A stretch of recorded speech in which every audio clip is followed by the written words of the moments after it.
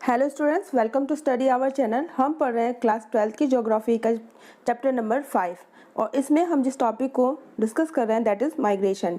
Migration से related 2 parts हम complete कर चुके हैं। ये इस चैप्टर का 3rd पार्ट है। वीडियो के इस पार्ट में हम इस चैप्टर के जिन टॉपिक्स को कवर करेंगे दैट इज़ हम पढ़ेंगे कि इंटरनेशनल माइग्रेशन। इससे पहले वाले वीडियो में हमने पढ़ा था कि जब one country to another country लोग मूव करते हैं, माइग्रेट करते हैं, तो that is known as international migration.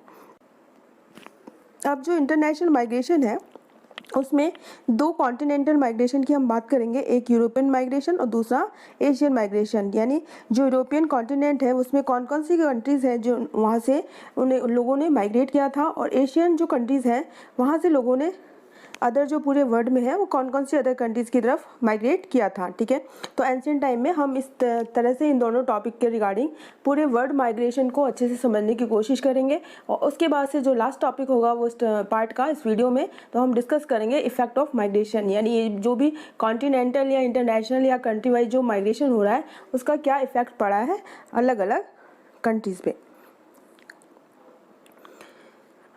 तो जैसा कि कल वाले पार्ट में भी हमने टाइप्स ऑफ माइग्रेशन को डिस्कस किया था, तो एक बार फिर से इसको रिवाइज कर लेते हैं कि माइग्रेशन के हमने टाइप देखे थे।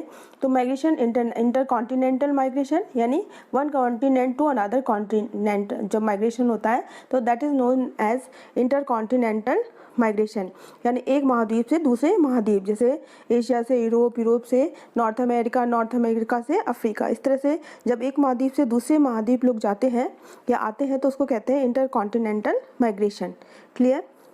इस तरह से international migration with in the countries था, और इंटरनल और इंटर स्टेट जो माइग्रेशन है वो एक ही कंट्री में डिफरेंट स्टेट के बीच में जो माइग्रेशन था दैट वाज योर इंटरनल और interstate migration. Local migration जो कि लोकल डिस्ट्रिक्ट, विलेजेस या सिटी लेवल पे होता है तो that is known as local migration. अब यदि टाइम पीरियड की बात करें तो intercontinental migration long term हो सकता है या फिर पीरियोडिक हो सकता है या फिर डेली माइग्रेशन हो सकता है। उसके बाद से जब नंबर की बात करते हैं, ठीक है, यानी नंबर एस्पेक्ट की बात करेंगे तो intercontinental migration may be in large number, in medium number और लो नंबर, ये कल भी हमने डिस्कस किया था। और ये जो है माइग्रेशन परमानेंट हो सकते हैं या फिर कैसे हो सकते हैं, टेम्पोररीली। दीज एस्पेक्ट थे ये सारे, ठीक है। ये रीज़न एस्पेक्ट था, फिर उसके बाद से हमारा ये टाइम पीरियड था, और इसके बाद से ये नंबर एस्पेक्ट था, और ये हमारा स्टेबिलिटी और कॉज एस्पेक्ट इसमें नहीं है। अब हम वर्ल्ड मैप पे इंटरनेशनल माइग्रेशन की बात करते हैं कि one country to another country migration किस तरह से हुआ। तो ये हमारा यूरोप कॉन्टिनेंट है, क्लियर, और ये हमारा एशिया कॉन्टिनेंट है। तो यूरोप कॉन्टिनेंट के जितने भी शी शोर की जो कंट्रीज़ हैं, ठीक है, जो भी इसके समुद्री किनारे लोग रहते थे, उन लोगों ने किधर माइग्रेट किया, तो दे migrated to north America, Canada, south America and then Australia and New Zealand. Clear? इस तरह से यूरोप जो कॉन्टिनेंट है वहाँ के लोग north America, Canada, south America और ऑस्ट्रेलिया और उसके अलावा न्यूजीलैंड, इन कंट्री की तरफ माइग्रेट करते हैं through the ocean. Asian continent की बात करें तो एशियन कंट्री के जो लोग हैं वो किधर माइग्रेट करते हैं, they migrated to South Africa, clear, and then South East Asia like Myanmar, ठीक है, इस तरह से इंडोनेशिया, थाईलैंड। इसके अलावा बात करते हैं चाइना, ठीक है, जापान की तरफ। इस तरह से जो लोग हैं वो माइग्रेट करते हैं एशियन कॉन्टिनेंट के। अब एक एक को हम थोड़ा समझते हैं। अब हम बात करते हैं यूरोपियन माइग्रेशन की। तो यूरोपियन माइग्रेशन के रीजंस क्या थे, कारण क्या थे, क्यों यूरोपियन जो कंट्रीज़ है वहाँ के लोगों ने अनदर कंट्रीज़ की तरफ माइग्रेशन किया, यानी वो उधर मूव किया। क्यों? क्योंकि वहाँ पे यूरोप में क्या था, लैक ऑफ रिसोर्सेज की कमी थी, और वहाँ पे पॉपुलेशन डे बाई डे क्या हो रही थी, इंक्रीज़ हो रही थी, और जिसके कारण से वहाँ के जो लोगों का जो लिविंग स्टैंडर्ड है वो क्या हो रहा था, लो हो रहा था, धीरे धीरे डिक्लाइन हो रहा था। इसीलिए यूरोपियन कंट्रीज़ के लोग हैं वो आसपास की अदर कंट्रीज़ की तरफ माइग्रेट करते हैं। और हालांकि इनके पास जो टेक्नोलॉजी थी वो कैसी थी, बहुत हाई थी। तो जिन भी कंट्रीज़ में गए वहाँ पे जो भी अवेलेबल रिसोर्सेज उन्हें मिले, उन रिसोर्सेज को उन्होंने क्या किया, एक्सप्लॉइट किया, बुरी तरह से उसे यूटिलाइज़ किया। ठीक है, अब कौन कौन से रीजन्स है जिधर ये यूरोपियन माइग्रेशन होता है, तो इन रीजन्स को 2 पार्ट्स में हम डिवाइडेड कर सकते हैं, एक तो ट्रॉपिकल जोन और दूसरा टेम्परेट जोन। क्लियर? यानी हम बात करें तो ये यदि हमारी अर्थ है और इस अर्थ पे ये इक्वेटर है, इक्वेटर के पास ये ट्रॉपिक ऑफ कैंसर और ट्रॉपिक ऑफ कैप्रिकॉर्न। तो इसके बीच का पार्ट कहलाता है ट्रॉपिकल जोन, और ट्रॉपिकल जोन से आर्टिक सर्किल और यहाँ पे अंटार्कटिक सर्किल। तो ये वाला एरिया क्या कहलाता है? Temperate zone. Temperate zone in south and temperate zone in north. Clear? तो टेम्परेट जोन में क्लाइमेट कैसा रहता है? क्लाइमेट यहाँ की यूरोपियन कंट्रीज़ की जो क्लाइमेट है उसकी तरह सेम था, इसीलिए यहाँ के लोग हैं वो टेम्परेट जोन की तरफ क्या होते हैं? माइग्रेट होते हैं, मूव करते हैं, क्योंकि यहाँ का जो क्लाइमेट है वो इनकी कंट्रीज़ के अकॉर्डिंग ही है, लाइक द यूरोपियन कंट्रीज़।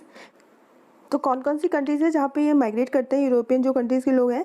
तो यूरोपियन कॉन्टिनेंट के जो लोग हैं they migrated to United state of America and then Canada and then south America, then New Zealand, ये न्यूजीलैंड है, and Australia. Clear?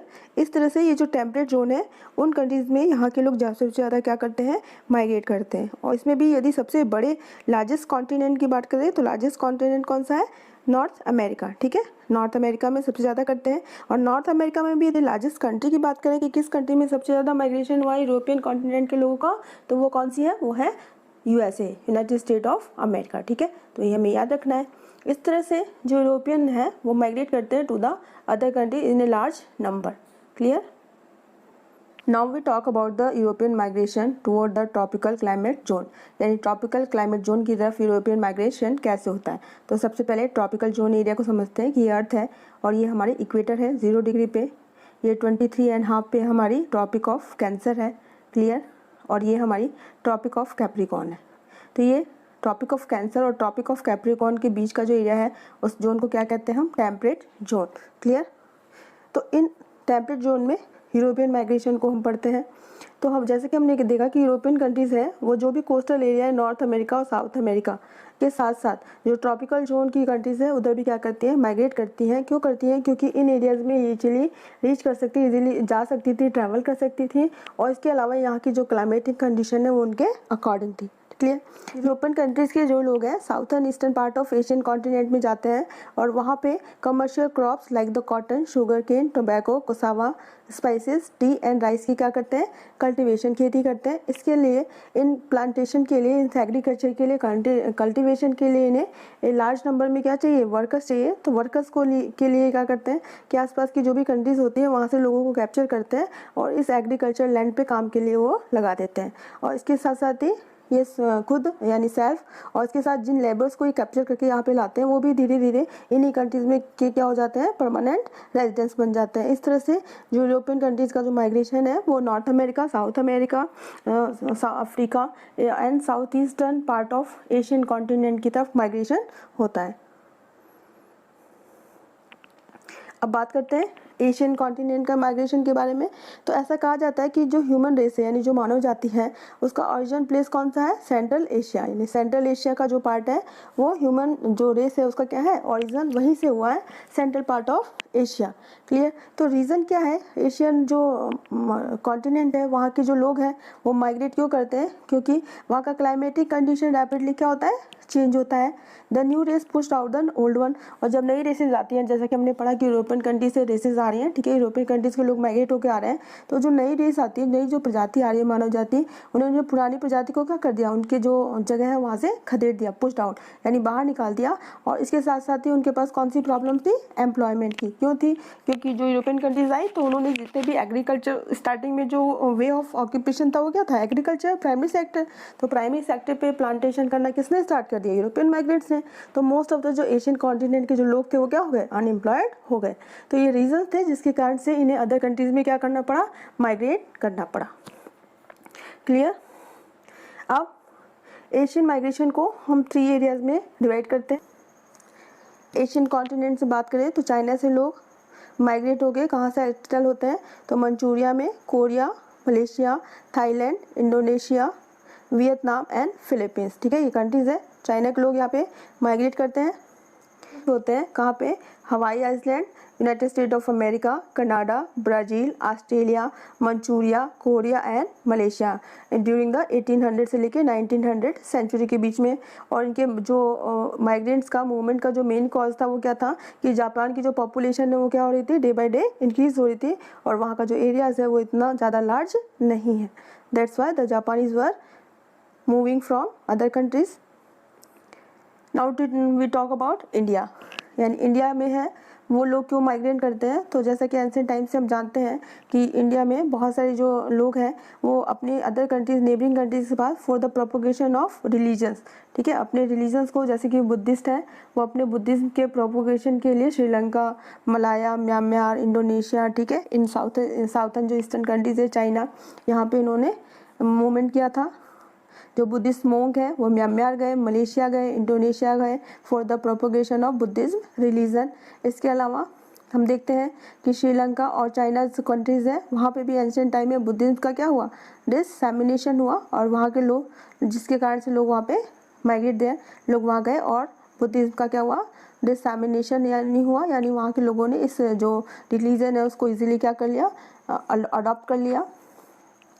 During British rule की बात करें तो थाउजेंड्स ऑफ इंडियंस को south Africa, Mauritius, Fiji, Thailand, ठीक है, भेजा गया। क्यों भेजा गया? क्योंकि यहाँ पे यूरोपियन जो माइग्रेंट्स थे उनको लार्ज नंबर में वर्कर की, पीपल की ज़रूरत थी जो कि एग्रीकल्चर जो प्लांटेशन है वहाँ पे काम कर सके, और ये लोग जहाँ पे गए वहीं के परमानेंट रेजिडेंट्स क्या हो गए, बन गए। इस तरह से हमने देखा कि जो एशियन और यूरोपियन माइग्रेंट्स है वो क्यों माइग्रेशन है वो क्यों हुआ। तो यूरोपियन माइग्रेशन तो इसलिए हुआ क्योंकि वहाँ पे लैक ऑफ रिसोर्सेज था, पॉपुलेशन इंक्रीज हो रही थी, और जो रिसोर्सेज थे वो वहाँ की नीड्स को फुलफिल नहीं कर पाए थे, जिसके कारण से उनका जो स्टैंडर्ड, जो लिविंग ऑफ स्टैंडर्ड है वो क्या हो रहा था, लो हो रहा था। इसके अलावा जब एशियन कॉन्टिनेंट की बात करते हैं तो एशियन में माइग्रेशन इसलिए हुआ क्योंकि जो अदर कंट्री के जो लोग आ रहे थे उन्होंने उस वहाँ की रेस को क्या कर दिया, पुश्ड आउट कर दिया। और इसके अलावा अदर जो देखते हैं दूसरा रीज़न क्या है कि वहाँ की जो क्लाइमेटिक कंडीशन है वो डे बाय डे क्या हो रही थी, चेंज हो रही थी, जिसके कारण से वहाँ के लोगों को माइग्रेट करना पड़ा। और तीसरा रीज़न है कि वहाँ के लोगों को क्या हो रहा था, अनएम्प्लॉयमेंट यानी बेरोजगारी आ रही थी। अब हम बात करते हैं कि माइग्रेशन फ्रॉम अफ्रीका, ठीक है, अफ्रीका से भी लोगों ने क्या किया कि coastal area of north America and south America की तरफ मूव किया, यानी यहाँ से साउथ अमेरिका और नॉर्थ अमेरिका की तरफ मूव करेंगे। एशिया से बात करें तो साउथ ईस्ट एशिया की तरफ, अफ्रीका की तरफ, जापान, कोरिया, ठीक है, इस तरह से लोग यहाँ पे मूव कर रहे हैं। अब हम देखते हैं कि ये जो भी कॉन्टिनेंटल माइग्रेशन हो रहा है, इंटरनेशनल माइग्रेशन हो रहा है, तो इसके इफ़ेक्ट क्या होते हैं, ठीक है। तो इसका इफ़ेक्ट ऐसा नहीं है एक प्लेस जहाँ के लोग माइग्रेट कर रहे हैं यानी जा रहे हैं, इसके साथ साथ पे जहाँ पे जा रहे हैं, तो दोनों जो इस प्लेस है, एक रेजिडेंशियल प्लेस और एक डेस्टिनेशन प्लेस, दोनों प्लेस का इस पर क्या होता है, इफेक्ट होता है माइग्रेशन का। तो क्या क्या इफेक्ट है, सबसे पहले पढ़ते हैं डेमोग्राफिक इफेक्ट। तो डेमोग्राफिक इफेक्ट में सबसे पहले क्या होगा, सबसे पहले वहाँ की जो पॉपुलेशन बैलेंस है वो डिस्टर्ब हो जाता है, यानी वन प्लेस जहाँ से लोग माइग्रेट करेंगे वहाँ की पॉपुलेशन क्या हो जाएगी, कम हो जाएगी, और जहाँ पे लोग जा रहे हैं, जहाँ पे रिसाइड करेंगे, सेटल होंगे, वहाँ की पॉपुलेशन क्या हो जाती है, वहाँ की पॉपुलेशन इंक्रीज़ हो जाती है। इस तरह से दो प्लेसेस के बीच में डेंसिटी ऑफ पॉपुलेशन है वो क्या हो जाता है, चेंज हो जाता है। इसके अलावा जो सेक्स रेशो है दोनों रीजन का वो भी इससे अफेक्ट होता है। फिर बात करते हैं सोशल इफेक्ट की। तो सोशल इफेक्ट में क्या होता है कि जब भी लोग जाते हैं तो वो अपने साथ अपनी टेक्नोलॉजी, अपनी रिलीजन, अपने लैंग्वेज, अपने मैनर्स, अपने हैबिट्स सबको ले जाते हैं, और जो वहाँ पे सेटल होते हैं तो वहाँ पे अपनी ये जो भी इनकी लैंग्वेज होती है, टेक्नोलॉजी होती है, रिलीजन होती है, उसको एक रिमार्केबल यानी वहाँ पे अपना जो इम्पैक्ट है वो डालते हैं, जिसके कारण से वहाँ का जो कल्चर है वो क्या हो जाता है, धीरे धीरे चेंज हो जाता है। धीरे धीरे वो वहाँ के लोगों के कल्चर को अडॉप्ट कर लेते हैं, और वहाँ के जो लोग होते हैं वो भी उनके कल्चर को, उनके लैंग्वेज को, उनके हैबिट्स को धीरे धीरे क्या कर लेते हैं, अडॉप्ट करना स्टार्ट करते हैं। इस तरह से दोनों जो रीजंस होते हैं उनके जो सोशल इफेक्ट है वो एक दूसरे पे इफेक्ट डालते हैं। फिर चेंज इन कल्चर हो जाता है कि जो भी माइग्रेंट्स होते हैं वो दूसरी जगह की लैंग्वेज, वहाँ के डोमिसाइल, वहाँ के कस्टम को क्या कर लेते हैं, अडॉप्ट कर लेते हैं, ठीक है। इसके साथ साथ ही जब भी लोग जाते हैं तो यदि वो हाई टेक्नोलॉजी उनके पास है तो उस हाई टेक्नोलॉजी के बिहाफ पे उस एरिया का जो इकोनॉमिक लेवल है वो क्या हो जाता है, इंक्रीज हो जाता है।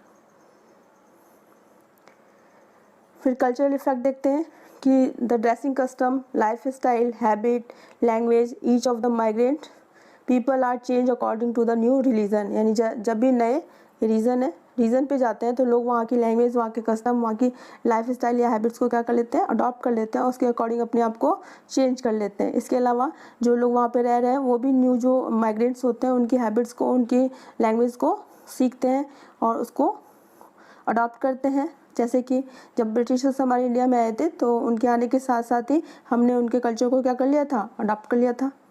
इस तरह से these are the effect of migration on the both of the region. तो इस तरह ये था हमारा video regarding the topic migration. इसको हमने 3 पार्ट में कंप्लीट किया है। इससे पहले वाले यदि 2 पार्ट आपने नहीं देखे हैं तो प्लीज़ डिस्क्रिप्शन बॉक्स में उनका लिंक दिया हुआ है, वहाँ जाके आप इससे पहले वाले 2 वीडियोज़ को देख सकते हैं और कॉन्सेप्ट को अच्छे से समझने की कोशिश करें। यदि एक बार में कॉन्सेप्ट समझ में ना आए तो वीडियो को बार बार में देखें या फिर इसके नोट्स बना लें और उनको बार बार में रिवाइज करें। क्लियर? यदि आपको वीडियो पसंद आ रहा हो तो please like, share and subscribe करना ना भूलें। तो मिलते हैं हमारी नेक्स्ट ऑनलाइन क्लास में एक नए वीडियो के साथ। Thank you very much.